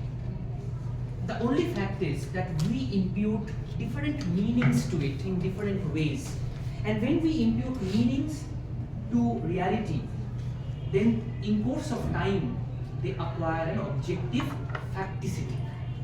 এবার তোমরা বলবে স্যার মিনিংস তো বিভিন্ন ধরনের হতে পারে, তাহলে সব মিনিংস কি এক ধরনেরই অবজেক্টিভ ফ্যাক্টিসিটি তৈরি করছে? নো, দেয়ার আর কনফ্লিক্টিং ফ্যাক্টিসিটিস সেদিক থেকে দেখতে গেলে, যেটা বয়জার এন্ড লাকম্যান বলবে যে we have ideas which are pro something, we have ideas which are anti something all the time. So if you look at West, there are debates on abortion. So the Catholics, they had their pro-life debates, and the non-Catholics, the Protestants, they have their pro-abortion, pro-body, pro-woman discourses. ঠিক আছে? তো এরকম ভাবে কিন্তু তৈরি হয়। So যেটা উনি বলতে চাইছেন, how is defining everyday, সেটা বলছেন experiencing everyday life is a state of being wide awake, সজাগ থাকা। প্রাত্যহিক জীবনকে আমরা বুঝতে পারছি তখনই যখন আমরা সজাগ থাকছি, এবং এভরিডে লাইফটাই ওরকম সজাগ থাকা, একদম বিং অ্যাওয়্যার এবং কি and apprehending the reality of everyday life as self-evident and natural. This is very very interesting. বলছে everyday life is a state of being wide awake, একদম সজাগ থাকা, এবং যেটাকে আমি দেখছি বা যা আনফোল্ড করছে ইন ফ্রন্ট অফ মি সেটাকে সেলফ এভিডেন্ট অ্যান্ড ন্যাচারাল হিসেবে ভাবা।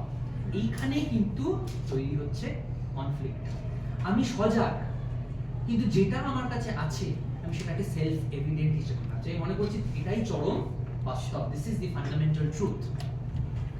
এখানেই কিন্তু দ্বন্দ্বটা তৈরি হয়।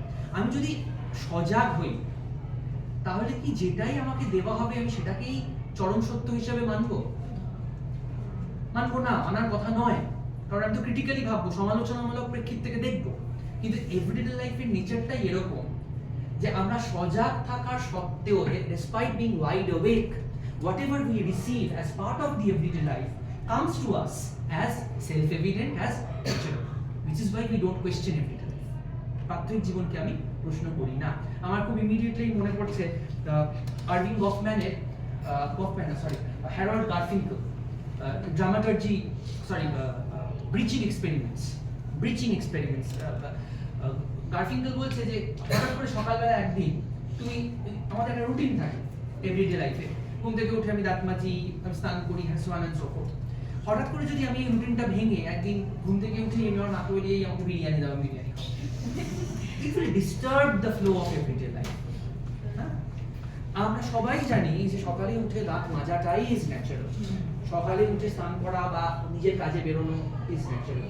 যেই বাড়িতে দেখবে হয়তো তোমাদের ভাইরা আছে যারা হয়তো দিনের পর দিন স্নান করে, আছে এগুলো ঘটে, মানে আমি দেখেছি, এবং দেখা যাচ্ছে যারা লং টার্ম এরকম করছে, দে আর ডেভেলপিং সাইকোলজিক্যাল প্রবলেমস, কারণ দে আর misfit to the flow of everyday life. Everyday life যেরকম ভাবে ফ্লো করে সেখানে তারা ফিট করতে পারছে না। মানে I have young brothers and relatives, those who would sit in the toilet for hours, 4 ঘন্টা 5 ঘন্টা ধরে টয়লেটে, এবং পরে দেখা যাচ্ছে ডায়াগনোসিস হচ্ছে this is depression, there is some mental problem. So everyday life কে আমরা কি করি, আমরা সেলফ এভিডেন্ট হিসেবে করে নিয়ে থাকি, কিন্তু যদিও আমরা সজাগ। এবং এই এভরিডে রিয়ালিটিটাই কিন্তু আমাদের কি করে, আমাদের কে তৈরি করে। এবং উনি যেটা বলছেন যে এভরিডে লাইফকে উনি উইদিন কোর্স বলছে the here and now of our existence. এই যে আমি যে এই মুহূর্তে আছি, এটা এই মুহূর্তে আমার এভরিডে লাইফের এটা একটা অংশ, the here and now of my everyday life. The moment I go out of the classroom, my here and now will change. The moment I leave the ramparts of the college, my everyday life would be different. The way you behave in the classroom is very different from how you behave outside the classroom. এবং তাহলে everyday লাইফের স্পেকট্রামটা কিরকম? একধারে উনি বলছেন the here and now of my existence, which is subject to bodily manipulation, যেটা আমার শারীরিকভাবে which is close to me, right? আর একটা হলো দ্য ইন্টার সাবজেক্টিভ ওয়ার্ল্ড, যেখানে আমি আছি এবং আমার মতো অন্যান্য অনেক ব্যক্তিরা আছে। So this is the spectrum. So you alone as an individual, the embodied individual, ওই I বললে কিন্তু I এর সাথে সাথে তোমার you have to include the body also. And then the larger society, the intersubjective reality. হ্যাঁ, এইবারে যে ফান্ডামেন্টাল জায়গাটা আসছে যে এত কিছু তো ঘটছে, তাহলে কি আমি কি গোটা সমাজটা তো আমি দেখছি, everyday life is unfolding in front of me, এটাকে আমি রিয়েল হিসেবে ধরছি। এবার এইটাকে আমি যেটাকে আমি রিয়েল হিসেবে ধরছি সেটা কি সত্যি, সত্যি কি সেটা real? Is the real real or I doubt it? এইখানটাতেই হয়ে যাচ্ছে কিন্তু আমাদের মেইন ডিসকাশনের জায়গা। সেটা হলো যে humans are capable of doubting this reality. আমরা ডাউট করতে পারি এটাকে, কারণ we are wide awake, and wide awake স্টেটে কিন্তু আমরা ডাউট করতে পারি, উই আর কনসিয়াস, কিন্তু we are obliged to suspend this doubt. এখানে ওই সোশিওলজি এন্ড কমন সেন্সের তফাৎটা। In case of sociology you don't suspend the doubt, you keep the doubt alive. যার জন্য সোশিওলজি পড়লে এটা সবসময় বলা হয় যে you doubt everything, don't take anything for granted. But as members of the society, what you do, that you are capable of doubting the reality, but you suspend the doubt. আমরা প্রশ্ন করি না, we don't ask questions. এবং এইখানে কতগুলো জিনিস উনি বলছেন যে কেন আমরা ডাউট করি না, কেন আমরা বৃহত্তর সামাজিক যে ক্ষেত্র তার কাছে আমরা অ্যাজ ইন্ডিভিজুয়ালস আমরা অনেক ছোট, সেটা উনি বলছেন কিভাবে। বলছে টেম্পোরালিটি অফ দি এভরিডে লাইফ। আমি যাই হই না কেন, প্রাত্যহিক জীবনের একটা টাইম ফ্রেম আছে, এটা সকালে হচ্ছে, এটা দুপুরে হবে, এটা বিকেলে হয়, এটা রাত্রে হয়। আমরা ইউজুয়ালি এই ফ্লোয়ের বাইরে বেরোতে পারি না। এবং যখন আমরা বেরোই তখন কিন্তু যেটা আমি বললাম যে we are diagnosed as pathological, as having depression, as having problems, right? যার জন্য বলছি individual lives are just episodes in the externally factitious stream of life. আমাদের এক একজনের জীবন কিন্তু ওই যে ক্লক অ্যান্ড ক্যালেন্ডার তার মধ্যে জাস্ট এক একটা ছোট ছোট episode. The calendar that Hanks on the wall or the clock that hangs on the wall is more real than you. That will keep on ticking, right? I'll die. Really, man, have you ever thought of the reality of everyday life? I have been through several situations of death and separation, and the moment you come back from the burning ghat, crematorium, you realize the person has gone. The things she has or he has used, probably you will keep some of them, some you will throw as plastic waste or solid waste, whatever it is. But the clock will remain, it will keep on ticking and will prove once again that nothing is more real than time. এখানে temporality of everyday life টা কিন্তু উনি আনছেন, মানে ওনারা আনছেন। It is more real than anything else. তাহলে clock and calendar, তার সাথে সাথে আরো একটা কি জিনিস ইম্পর্টেন্ট, সেটা হলো ফেস টু ফেস সিচুয়েশনস। এই যে ফেস টু ফেস সিচুয়েশনস গুলো আমরা দেখি আমাদের প্রাত্যহিক জীবনে, এগুলো কিন্তু ভীষণ ভীষণ real. All productive activities happen in face to face situations. তোমরা বলতে পারো স্যার এখন তো গুগল মিটেও অনেক কিছু হয়, অবশ্যই হয়, কিন্তু we cannot ignore face to face situations. কোথাও না কোথাও কিন্তু আমরা ফেস টু ফেস ইন্ডিভিজুয়াল যাদের আমরা মিট করি, সেটা ফ্যামিলি হতে পারে, এনিথিং ইন ওয়ার্ক স্পেস হতে পারে, প্রফেশনাল স্পেস হতে পারে, সেখানে একটা element of accountability, obedience, duty bound activity, এগুলো কিন্তু থাকে। তো face to face aspect is very very important, এবং এগুলো কিন্তু মোর ফ্যাক্টিশিয়াস দ্যান ইন্ডিভিজুয়াল। যেমন ধরো তোমাকে যদি কোনো একটা রেসপন্সিবিলিটি দেওয়া হয় and suddenly something happens in your family, ইনস্টিটিউশনের ওই দিনই তোমাকে প্রয়োজন, ইনস্টিটিউশন কি করবে? তুমি আসতে পারবে না, সে তখন তোমায় জানাবে আচ্ছা ঠিক আছে, যে তোমার যে ডকুমেন্টস আছে তুমি সব কাউকে দিয়ে পাঠিয়ে দাও। তো ফেস টু ফেস যেহেতু তুমি অ্যাভেলেবল থাকতে পারছো না, প্রক্সি হিসেবে কিছু তোমায় দিতে হচ্ছে ওইখানে, which is acting on behalf of you, the documents that you have prepared, for example. মানে আমার ক্ষেত্রে এরকম হয়েছে যে আমি হয়তো কলেজে কিছু ইম্পর্টেন্ট পোস্টে আমি হয়তো কাজ করছি, আমি যেতে পারছি না, পারিবারিক কিছু একটা হয়েছে, আমার হয়তো বলছে তুমি তাহলে নোটিস, তোমার যে মিটিং এর খাতাটা আছে তুমি তাহলে এটা আমায় পাঠিয়ে দাও। That becomes my proxy. এবং সেখানেও কিন্তু এই টিপিফিকেটরি স্কিমস, আমরা সবসময় কিন্তু এই টিপিফিকেটরি স্কিমস দিয়ে লোকদের দেখছি। এ পার্টিকুলার কমিটির কনভিনার, এই মিটিংয়ে এর থাকা দরকার, কারণ এর নামেই মিটিংটা ডাকা হয়েছে।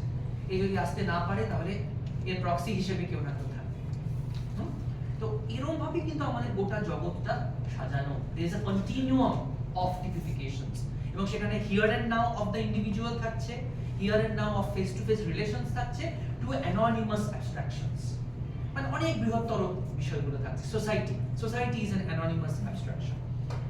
যেটা বার্জার এন্ড লাকম্যান বলছে যে social structure is nothing but a summation of all typifications. আমি কি, আমি বাবা মা বলতে কি বুঝি, আমার প্রাত্যহিক জীবনে যারা আমার ক্লোজেস্ট, আমার ফ্রেন্ডস কি বুঝি, কাদের আমি অ্যাকোয়েন্টেন্সেস বলি, এবং কাকে আমি লার্জার কমিউনিটি মেম্বার হিসেবে দেখি, কাকে আমি সোসাইটির মেম্বার হিসেবে দেখি, এই পুরোটাই কিন্তু কনস্টিটিউট করে the Notion of social structure. এবং এরকম ভাবেই কিন্তু আমাদের মানে এই অবজেক্টিভ রিয়ালিটি তৈরি হয়। এবং এই অবজেক্টিভ রিয়ালিটিকে উনি বলছেন objectivations, this are nothing but processes. Objectivations হলো processes through which subjective reality gets crystallized. হ্যাঁ, আমাদের দৈনন্দিন জীবন, আমাদের ব্যক্তিগত যে ট্র্যাজেক্টরি, লাইফ ট্র্যাজেক্টরি, সব কিন্তু একটা লার্জার সিস্টেমের পার্ট। এবং সেখানে সিগনিফিকেশন বা ল্যাঙ্গুয়েজের কিন্তু একটা গুরুত্বপূর্ণ জায়গা আছে। Language has a very significant space, যার জন্য সিগনিফিকেশনের গুরুত্ব। এবং ফেস টু ফেস ইন্টারাকশনসেও কিন্তু আমরা ল্যাঙ্গুয়েজ ইউজ করি সবসময়, কারণ ল্যাঙ্গুয়েজ ছাড়া আমাদের উই ক্যানট ইন্টারাক্ট। এবং এই ল্যাঙ্গুয়েজটা আসলে কি? এই ল্যাঙ্গুয়েজটাই হলো আমাদের স্টক অফ নলেজ। সমাজে ইন্টারাক্ট করতে গেলে যে স্টক অফ নলেজ আমাদের দরকার, it is percolated or permeated through language. So without language we cannot transmit social knowledge. এবং এখানে আবার একটা বিষয় আছে যে এই সোশ্যাল নলেজটাও কিন্তু ওয়ার্কস ইন টার্মস অফ রেলিভেন্সেস। ধরো যেই আইডিয়াগুলো তোমাদের কাছে প্রাসঙ্গিক, সেটা আমি একজন প্রফেশনাল হিসেবে আমার কাছে প্রাসঙ্গিক নয়। তাহলে তোমার স্টক অফ নলেজে, তোমাদের স্টক অফ নলেজে যেগুলো থাকবে সেগুলো আবার আমার স্টক অফ নলেজে থাকবে না, আবার আমার স্টক অফ নলেজে যেগুলো থাকবে তোমাদের স্টক অফ নলেজে সেগুলো থাকবে না। তো ল্যাঙ্গুয়েজ একটা এমন জিনিস যেটা বিভিন্ন ধরনের স্টক অফ নলেজকে ধারণ করে। এবং যার জন্যে যেটা আমি গ্রিন দিয়ে হাইলাইট করেছি, যে যখন আমরা রিয়ালিটি অফ এভরিডে লাইফ দেখি, এটা আমাদের একটা জোন অফ লিউসিডিটি হিসেবে মনে হয়। তোমরা যখন নিজেদের মধ্যে কথা বলবে, তোমরা এমন কিছু ফ্যাক্টরস, ভেক্টরস ইউজ করবে যেগুলো তোমাদের কাছে অজানা নয়, ইউ নো অ্যাবাউট ইট। তোমাদের পুরো ডোমেনটা কিন্তু তোমার কাছে লিউসিড, কিন্তু তোমাদের টার্মিনোলজিস, প্রেমিসেস গুলো যদি হঠাৎ করে আমার কাছে আসে, আমার কাছে কিন্তু ওটাকে ডার্ক একটা ডোমেন মনে হয়, কারণ আমি জানি না। তেমনই আমি যখন আমার কলেজে একটা মিটিং রুমে principal and other convenors of different committees তাদের সাথে মিটিং করি, আমি যে টার্মস, যে ভোকাবুলারি ইউজ করি, ল্যাঙ্গুয়েজ ইউজ করি, that is not known to you. আমি হঠাৎ করে সেগুলো ইউজ করতে থাকলে তোমাদের মনে হবে যে স্যারের domain is dark, not lucid, the way it is lucid to, the way your world is lucid to you. যার জন্য উনি বলছেন যে stock of knowledge is not only based on structure of relevance, কোনটা তোমার কাছে প্রাসঙ্গিক, কোনটা আমার কাছে প্রাসঙ্গিক, ইট ইজ অলসো ডিফারেন্সিয়ালি ডিস্ট্রিবিউটেড। এখানেও একটা মজার ব্যাপার আছে যে ধরো উইদিন দ্য স্টুডেন্ট বডি, সেখানেও কিন্তু সব নলেজ একভাবে ডিস্ট্রিবিউটেড নয়। কিছু নলেজ কারোর কাছে বেশি থাকবে, কিছু নলেজ কারোর কাছে কম থাকবে। এখানে আমি নলেজ বলতে কিন্তু বুকিশ নলেজের কথা বলছি না, ইনফরমেশন। দেয়ার আর সিচুয়েশনস এরকম হয়, খুব ডিস্টার্বিং ওয়ান্স এগেন, যে ধরো one of the students is very close to say the authority, gets all information beforehand, and others have to wait for the notice. This is the differential distribution of knowledge. হতে পারে তো, এটা তো অস্বাভাবিক কিছু বলছি না। তাহলে এখান থেকে যেই জায়গাটা আমরা পৌঁছেছি, ফার্স্ট ক্লেম, আমি আর তোমাদের, আমি বুঝতে পারছি একটা মুভমেন্ট তৈরি হচ্ছে, কারণ সময়টা অনেকটা বেড়ে যাচ্ছে, আমি ছোট করে দেবো। দ্য ফার্স্ট ক্লেম যেটা উনি করছেন সেটা হলো social reality, society as an objective reality. This is claim 1। মানে ওখানে উনি বলছেন যে human social order is an ongoing production. সবসময় সোশ্যাল অর্ডার কিন্তু প্রডিউসড হতে থাকছে, it's not fixed in time. It's not like the idea of God. God ke amra ki bhabi, God is immemorial.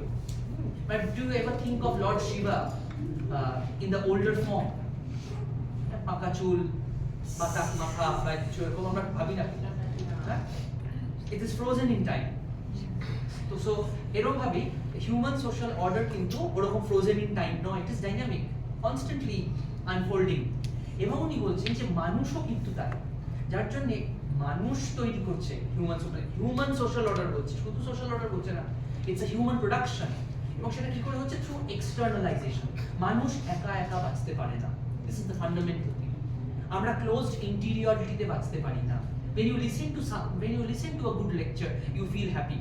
When I deliver a good lecture, I feel happy, which means that we are not interior, we are not closed interiors. We are communicating with each other and we enjoy communication. That is why externalization is an anthropological necessity. We need to communicate. We need to put ourselves out for interaction. এবং বলছে এই যে এক্সটার্নালাইজেশন, এই প্রসেসের মধ্যে দিয়েই কিন্তু ইনস্টিটিউশনালাইজেশন হয়। কোনো কিছু ফিক্সড হয়ে যায় as a given pattern because of externalization. ইন্ডিভিজুয়ালসরা যদি খালি সেলফ সিকিং হতো, তারা যদি নিজের বাইরের জগৎটাকে নিয়ে ভাবতো না, যদি এমন হতো, তাহলে কোনোদিনই সামাজিক প্রতিষ্ঠানের সৃষ্টি হতো না। এবং সামাজিক প্রতিষ্ঠানের সৃষ্টি কি করে হয়? কারণ আমরা habituated হয়ে যাই to certain ways of doing things. নির্দিষ্টভাবে আজকে ধরো শিক্ষা প্রতিষ্ঠান, why educational institutions survive? This is because even if many students they do not prefer coming to college, some still like to come to college. কিছু ছেলেমেয়ে অন্তত তারা পছন্দ করে আসতে। For them it is a habit, which is why institutions are surviving. The moment the entire student community thinks that going to the college is redundant, it's not necessary, educational institutions will disappear. Okay? তো এক্সটার্নালাইজেশন হচ্ছে, তার মধ্যে দিয়ে ইনস্টিটিউশনালাইজেশন হচ্ছে। ইনস্টিটিউশনালাইজেশন আবার নির্ভর করছে কিসের উপর? হ্যাবিচুয়ালাইজেশন, হ্যাবিট। এবং সোসাইটি আসলে ইজ আ অ্যাগ্লোমারেশন অফ ইনস্টিটিউশনস। এবং এই ইনস্টিটিউশনাল ওয়ার্ল্ডটা হলো একটা অবজেক্টিভ রিয়ালিটি। এবং এই অবজেক্টিভ রিয়ালিটির কি আছে? একটা হিস্টোরিসিটি আছে, একটা ইতিহাস আছে, সমাজের একটা ইতিহাস আছে। সমাজ কিন্তু যেটা বলছি once again, it has not drop from heaven. এবং এটা একটা এমন ইতিহাস যেটার কোনো স্মৃতি আমাদের কাছে নেই। সমাজের ইতিহাস আমরা as a whole we cannot write. তোমার পরিবারে তুমি যদি পারিবারিক ইতিহাস জিজ্ঞেস করো, তারা দু একটা জেনারেশন পর্যন্তই বলতে পারবে অতীতে, তার আগেরটার কেউ বলতে পারবে না। So society is like that only.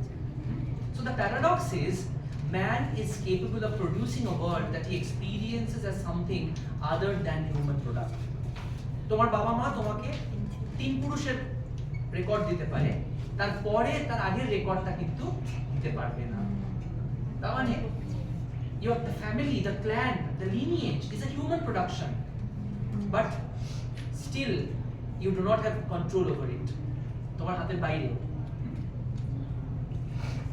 আচ্ছা, এইখানে যেটা এখানে জিনিসটা কেটে গেছে, তাহলে the fundamental point is that society is a human product.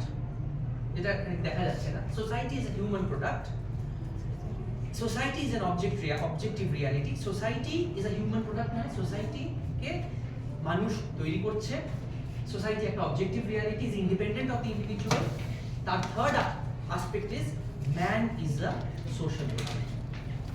যেমন সোসাইটি ম্যানকে তৈরি করছে, ম্যান ও সোসাইটিকে তৈরি করছে। Constantly this is happening and there are various processes involved. এখানে sedimentation is a very important process. Sedimentation হলো বিভিন্ন মাধ্যমে সমাজ তোমায় শেখাচ্ছে যে that you are part of this society. এবং once again এখানেও কিন্তু ল্যাঙ্গুয়েজের একটা ভূমিকা আছে। সমাজ তোমায় শেখাচ্ছে তোমার রোল কি, তোমার ভূমিকা। এবং বিভিন্ন ভাবে, প্রথমত you have been taught about your tradition. Secondly you are there are things like stories, legends, moral maxims, what is good and what is bad, এগুলোর মধ্যে দিয়ে। Then there are legal principles, constitutional obligations and duties, আমরা এখন observe করি এগুলো, electoral awareness, constitutional obligations, NAT বলে দিচ্ছে ছেলে মেয়েদের শেখাতে হবে। এগুলোর মধ্যে দিয়ে কিন্তু আমরা কি হই, আমরা we are encapsulated within the social order. এবং সবথেকে গুরুত্বপূর্ণ প্রসেস অফ লেজিটিমেশন যেটা তৈরি হয় সেটা হলো that we all become a part of the symbolic universe, যে লার্জার সোসাইটি, এটাকে বলছে সিম্বলিক ইউনিভার্স। এবং এই সিম্বলিক ইউনিভার্সটা কি, যেখানে আমাদের ব্যক্তিত্ব, আমাদের ব্যক্তি সত্তা এবং বৃহত্তর সমাজ এবং তার ইতিহাস একটা জায়গায় এসে দে কোল্যাপস, মানে they mix. We become part of the society and the society become part of us, our existence. এবং এখানেই বোঝা যায়, এখানে এই খুব ভালো এক্সাম্পল দিচ্ছেন উনি, দ্য ইম্পর্টেন্স অফ ডেথ। যদিও আমরা বলছি যে we become part of society, society become part of us, despite this, death shows that the symbolic universe, the বৃহত্তর সমাজ যেটাকে আমরা বলছি, has a transcending potential. এটা আমাদের প্রত্যেকটি ব্যক্তির ঊর্ধ্বে, কারণ আমাদের জীবনের স্প্যানটা ছোট। একটা পয়েন্টে আমরা we will disappear from the face of the earth, but the symbolic universe will remain. Your death reminds you, the fear of death reminds you that you are smaller than the symbolic universe. তাহলে claim 2টা কি, যে আমরা part of society, society is a larger reality, এবং আমরা যে সোসাইটির যে একটা পার্ট, এখানে আমরা কিন্তু সাবজেক্টিভলি সোসাইটিতে কন্ট্রিবিউট করি। সোসাইটি আমাদের বিল্ড করে, আমরা সোসাইটিকে বিল্ড করি। তো society as a subjective reality, সেখানে 3টে জিনিস খুব ইম্পর্টেন্ট। একটা হলো সমাজ যেটাকে আমাদের বাস্তব হিসেবে বোঝাচ্ছে, সেটাকে আমরা রিয়ালিটি হিসেবে ইন্টারনালাইজ করি, এটাকে আত্মীকরণ যেটাকে আমরা বলি, এবং সেটা দুরকম ভাবে হয়। একটা হলো প্রাইমারি সোশ্যালাইজেশন, যেটা পরিবারের মধ্যে হয়, আর একটা হলো সেকেন্ডারি সোশ্যালাইজেশন, যেটা পরিবারের বাইরে হয়, যেটা তোমাদের ধরো এখন হচ্ছে, বা প্রফেশনাল ওয়ার্ল্ডে গিয়ে তোমাদের হয়। তাহলে কি হচ্ছে মূলত, একটা হলো এক্সটার্নালাইজেশন, ব্যক্তি নিজেকে is putting itself out in the society, say meanings তৈরি করছে থ্রু ল্যাঙ্গুয়েজ, সেই ল্যাঙ্গুয়েজগুলোই আবার ইনস্টিটিউশনাল ফর্মে এস্টাবলিশড হচ্ছে, আবার সেটা গিয়ে একটা পয়েন্টে ব্যক্তির যে ইন্টারনাল সাবজেক্টিভ ওয়ার্ডকে কনস্ট্রাক্ট করছে। So you can say that this is a dialectical process. Okay, in conclusion যেটা হলো যে যদি আমাদের সমাজকে বুঝতে হয়, তাহলে এই ডায়ালেকটিক অফ ইন্ডিভিজুয়াল এন্ড সোসাইটিকে বুঝতে হবে। Neither society nor individual or human nature are a historical beings. সমাজের একটা ইতিহাস আছে, ব্যক্তিরও কিন্তু একটা ইতিহাস আছে, প্রত্যেকটি ব্যক্তির একটা ইতিহাস আছে। এবং যখন আমরা বলছি যে এই ডায়ালেকটিক্সটাকে, আমাদের দ্বন্দ্বটাকে আমাদের বুঝতে হবে, আমরা কিন্তু এই ডক্ট্রিনিয়ার মার্কসিজম করছি না। আমরা বলছি না যে মার্কস যেরকম ভাবে ডায়ালেকটিক্সকে বুঝেছে, থিসিস অ্যান্টিথিসিস সিনথেসিস, সেটা নয়। এখানে ফান্ডামেন্টাল জায়গা যেটা ওনারা বলছেন, যে আমাদের টু লুক অ্যাট নলেজ, কি করে নলেজের মধ্যে দিয়েই, দেখুন বারবার ল্যাঙ্গুয়েজের কথা আসছে, এবং নলেজ তো ট্রান্সমিটেড হয় থ্রু ল্যাঙ্গুয়েজ, তার মধ্যে দিয়েই আমরা শিখছি সব কিছু। তার মানে reality is profoundly humanistic, it's human oriented. Reality is profoundly empirical, মানে ইট ইজ অবজারভেবল। এবং এই অবজারভেবল এম্পেরিক্যাল হিউম্যান রিয়ালিটিটাকে কিন্তু আমরা বোঝার চেষ্টা করব in the discourse on social construction of reality. Concluding statement যেটা হলো, society as part of the human world is made by men. মানুষ তৈরি করছে, এটাকে কিন্তু বলা হচ্ছে যে it is a production of human beings inhabited by men. মানুষই থাকছে সমাজে, মানুষ ছাড়া অন্য কেউ থাকছে না। And in turn making men, সমাজই আবার মানুষকে তৈরি করছে in an ongoing historical process. কেন এই হিস্টোরিক্যাল প্রসেস কথাটা আসছে? খুব সহজে এটা বলে দেওয়া সহজ, man makes society, society in man. কিন্তু এই প্রসেসটাকে আমাদের হিস্টোরিসাইজ করতে হবে। মানে আমাদের যেটা আমি বলছিলাম যে সাইবার বুলিং ইন্টারনেট আসার আগে কিন্তু ছিল না। তাহলে আমাদের বুঝতে হবে যখন থার্ড ওয়ার্ল্ডে ইন্টারনেট আসছে তার কি প্রভাব হচ্ছে, when we are using internet, how it is affecting our everyday life. So it is a historical process. ঠিক আছে, I end here, আমি আর বলছি না, আর বেশি বললে এবার মাইন্ড ফগ হয়ে যাবে। So if you have any query, questions, please. কোনো প্রশ্ন বা কোয়েরি? ঠিক আছে, থ্যাংক ইউ। আমি এই থাকুক এখানে, আমি সাথীকেও দিয়ে দিয়েছি পিপিটিটা, শেয়ার করে দিতে পারবেন। অনেক অংশ দেখতে পাচ্ছিল না। হ্যাঁ, আমি